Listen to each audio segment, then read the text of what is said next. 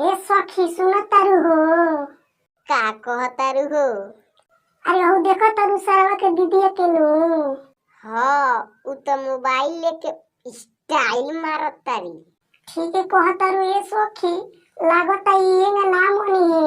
हाँ कुछ सुलाई के पड़ी तो बहुते रहेली बीजी हो तहाई सरवा के दीदी हो। तो बहुते रहेली बीजी हो तहाई सरवा के दीदी हो। तो रात भर चैटिंग करेली, पार्क में मीटिंग करेली। तो रात भर चैटिंग करेली, पार्क में मीटिंग करेली। मोबाइल ले ले बड़ी निजी हो तहाई सरवा के दीदी हो।